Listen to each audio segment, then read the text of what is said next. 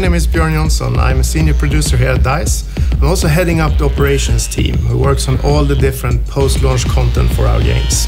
We are really excited about Battlefield 3 Premium. Not only will you get early access to our upcoming expansion packs, you will also get access to more advanced online features, unique in-game content, as well as taking part in exclusive events that we will run throughout this program. And with these exclusive videos, we'd like to give you a more of an inside look of what Premium is all about.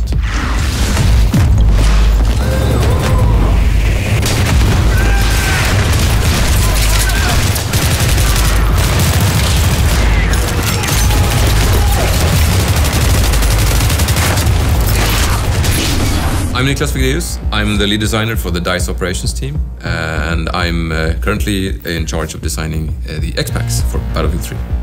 I started at DICE in 2004 as an animator doing weapon animations for BF2, and since then I've moved on to design. The idea behind Close Quarters is to capitalize on what the Battlefield universe is. In 1 second you can be an infantryman running through a house, and in the next second you can be a pilot soaring through the skies in a jet fighter. So it has all these very exciting elements, and what we want to do with Close Quarters is to really capitalize on the infantry-focused, tight combat environment. Now with maps that really cater to it. In order to enhance that, we've also introduced what we call HD destruction, which basically means that you can use only your rifle. I mean, normally you would have to use like tank shells and bazookas in order to bring down, these big stone walls. But now it's like plaster, wooden panels, furniture.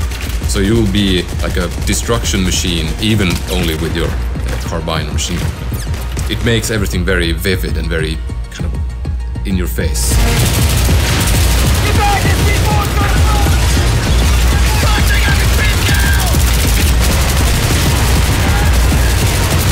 In Battlefield 3 Close Quarters, you get 4 new maps, all focused on the indoor battlefield and the close quarters experience.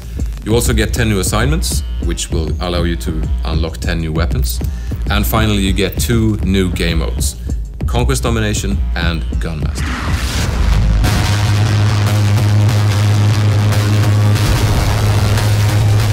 Conquest Domination is the close quarters take on Conquest. You basically have less amount of flags with much quicker cap time. So flags tend to change owners very quickly, but also you have no safe spawns, you don't have any home bases. So it's really important that you keep control of these key areas. And I think squad play is the key factor in achieving victory in Conquest Domination, because it's really important to really maintain control of these areas, because you have no other safe zone, you just need to do that.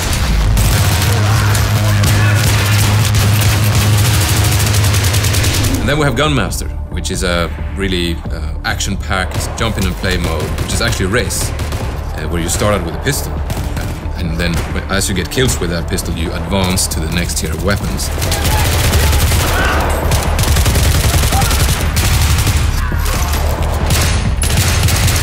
In order to win the mode, you need to go through the powerful weapons and ultimately win by getting a knife kill in the end. If you do that before everyone else, you win the race, you win the mode, and it's all smiling faces. All smiling faces or one smiling face? It's actually true, there's only one smiling face, and then there's like 15 frowns, but it's all smiling faces, it's a fun mode.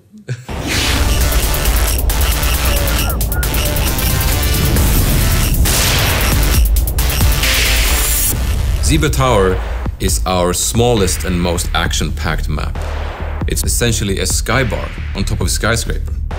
It's based around the classic and horseshoe-shaped design that many Battlefield players know from Wake Island, but now in this condensed form, you can use that middle space to really flank the enemy, which is really exciting, especially since you have the 2-floor setup as well, so you can actually use the staircases to come up behind people who are guarding like the top floor.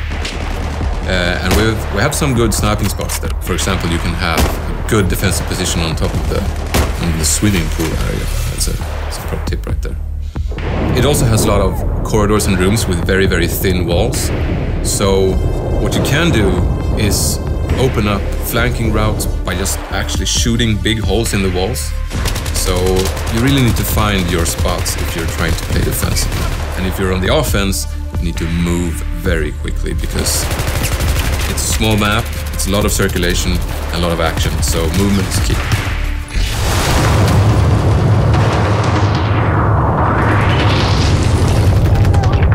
Dania Fortress is the most varied map. It's built upon this old fort based on a hilltop.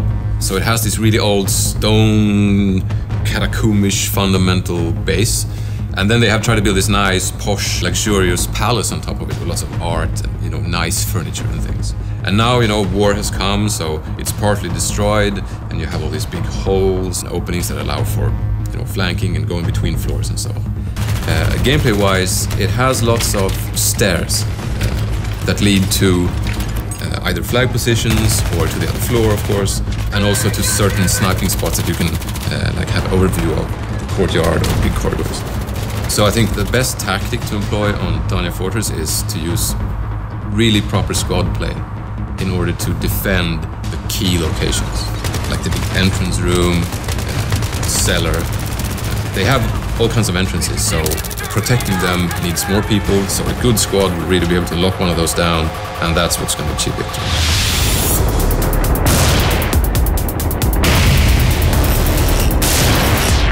Operation 9 to 5 is our biggest and most destructible map, I would say.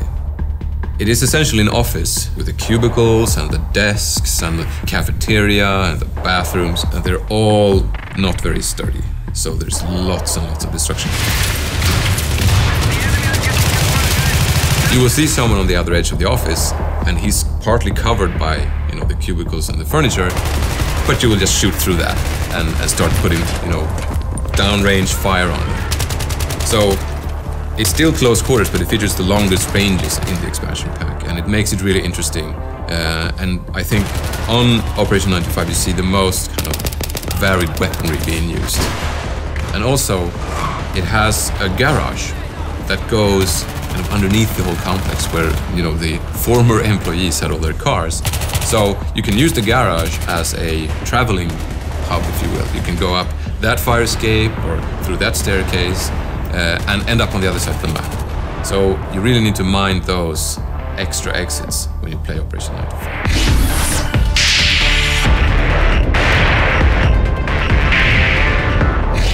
Scrap Metal is the most vertical map. It is an old factory. Parts of it actually so old that it's not being used anymore.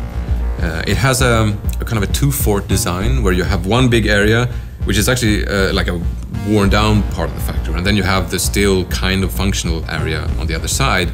And the thing is, those two sides are connected only through pretty narrow passages. So keeping those under control is really, really key.